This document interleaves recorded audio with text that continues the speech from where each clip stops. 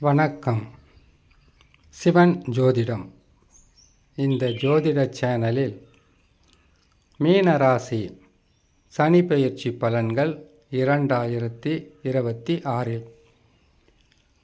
மீனராசிக்காரர்களுக்கு 2026 மார்ச் மாதம் 6ஆம் தேதி சனி பகவான் வாக்கிய கணித ரீதியாக கும்பராசியில் விரயச்சனியாக இருந்த சனி பகவான் மீனராசியில் ஜென்ம சனியாக அமர இருக்கிறார்.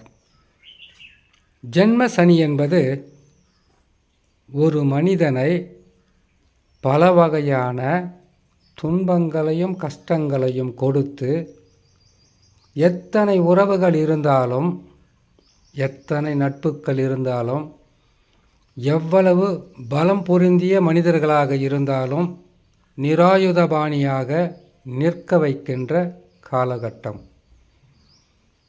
ஜென்ம சனி என்பது அனைத்து உறவுகளாலும் பகை, குடும்பத்தில் சந்தோஷமில்லாத தன்மை, முயற்சிகளுக்கு எதிர்பார்த்த மாதிரி நற்பலன்கள் கிடைக்காத காலம். வண்டி வாகனமும் சரி, வீடும் சரி, தொழிலும் சரி, வியாபாரமும் சரி, எதுவாக இருந்தாலும் நினைத்த மாதிரி நினைத்த நேரத்தில் செய்து முடிக்க முடியாத ஒரு காலகட்டமாக இருக்கும். வண்டி வாகனங்களில் அளவுக்கு அதிகமாக பிரச்சனை, வீட்டில் நினைத்ததை விட அதிகப்படியான தொல்லைகள், செய்யும் தொழிலில் எத்தனை தொழில் செய்தாலும் வருமானம் இல்லாத தன்மை. வியாபாரத்துக்கும் எடுத்துக்கொள்ளலாம். பல வகையான போராட்டங்களை சந்தித்த பிறகு சிறு நன்மைகளை பெறுகின்ற அமைப்பில் இருக்கும். 7.5 சனி மட்டும் இப்படி செய்யுமா? 7.5 சனியில் ஜென்ம சனி இப்படி செய்யும். சனி பகவான் 7.5 சனியாக வந்தாலும் சரி, அர்த்தாஷ்டம சனியாக 4ஆம் ராசியில் அமர்ந்தாலும் சரி, கண்டக சனியாக 7ஆம் இடத்தில் இருந்தாலும் சரி, அஷ்டம சனியாக ஆட்டி படைத்தாலும் சரி,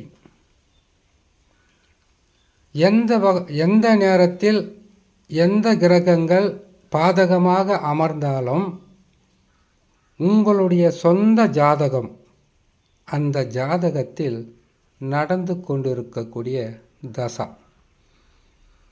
தசாவாகப்பட்டது பலமாக, பலம்னா எப்படி இருக்கணும்? சொந்த ஜாதகத்தில் கிரகங்கள் ஆட்சி பெற்றிருக்கலாம், உச்சம் பெற்றிருக்கலாம். கேந்திர திரிகோணம் என்று சொல்லக்கூடிய ராசிக்கு 4, 5, 7, 9, 10, 11ஆம் இடங்களில் இருக்கின்ற கிரகங்களுடைய தசாவாக இருந்தால் பெருசாக பாதகம் இருக்காது.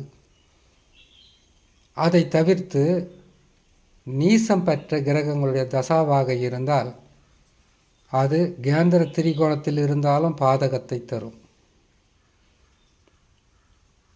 6, 8 இருந்தால் படு பாதகத்தை செய்துவிடும்.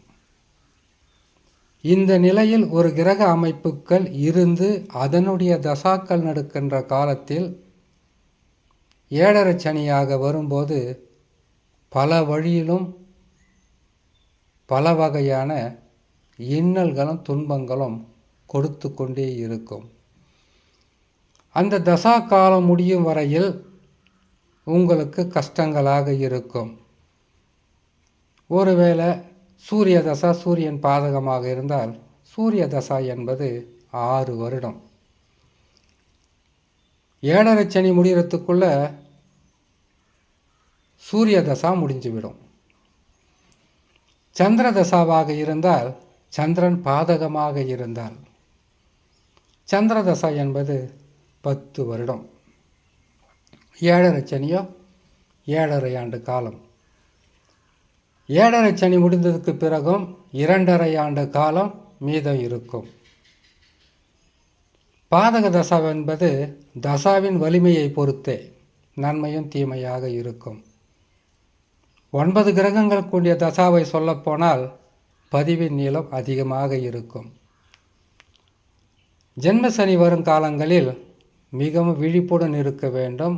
உங்களுடைய சொந்த ஜாதகத்தை நல்ல ஜோதிடரும் போய் பொறுமையாக அமர்ந்து எப்படி இருக்கிறது என்பதை சற்று உங்களுடைய கவனத்தை திசை திருப்பாமல் அமைதியாக அமர்ந்து கேட்டுக்கொண்டு வந்து எதுவுமே பொறுமையாக செய்யணும், நிதானமாக செய்யணும்.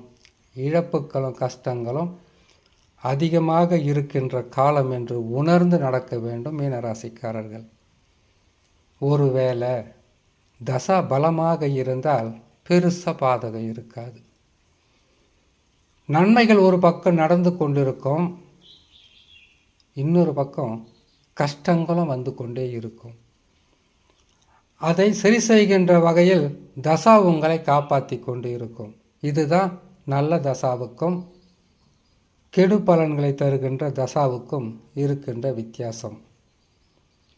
தசாவும் சரியில்லை, 7.5 சனி தாக்குதல் அதிகமாக இருக்குன்னா இதற்கு இருக்கின்ற ஒரே ஒரு பரிகாரம் இறை நம்பிக்கை, குலதெய்வ வழிபாடு, இஷ்ட தெய்வ வழிபாடு. நவகிரகங்களில் இருக்கக்கூடிய 9 கிரகங்களை சனிக்கிழமை தோறும் மாலை நேரத்தில் நெய் தீபம் ஏற்றி வணங்கி வருவது தான் ஒரு பரிகாரம். 2.5 ஆண்டு காலம் ஜென்ம சனி என்பது வாழ்க்கையில் பல வகையான சோதனைகளை சந்திக்கின்ற காலமாக இருப்பதினால் இந்த கிரக பரிகாரங்களை செய்து கொண்டு வந்தால், இறை வழிபாடு செய்து கொண்டு அமைதியாக இருந்தால் இதையும் கடந்து செல்லலாம், எதையும் கடந்து செல்லலாம் என்று சொல்லி இன்னொரு நல்ல பதிவில் உங்களை நான் சந்திக்கிறேன். நன்றி, வணக்கம்.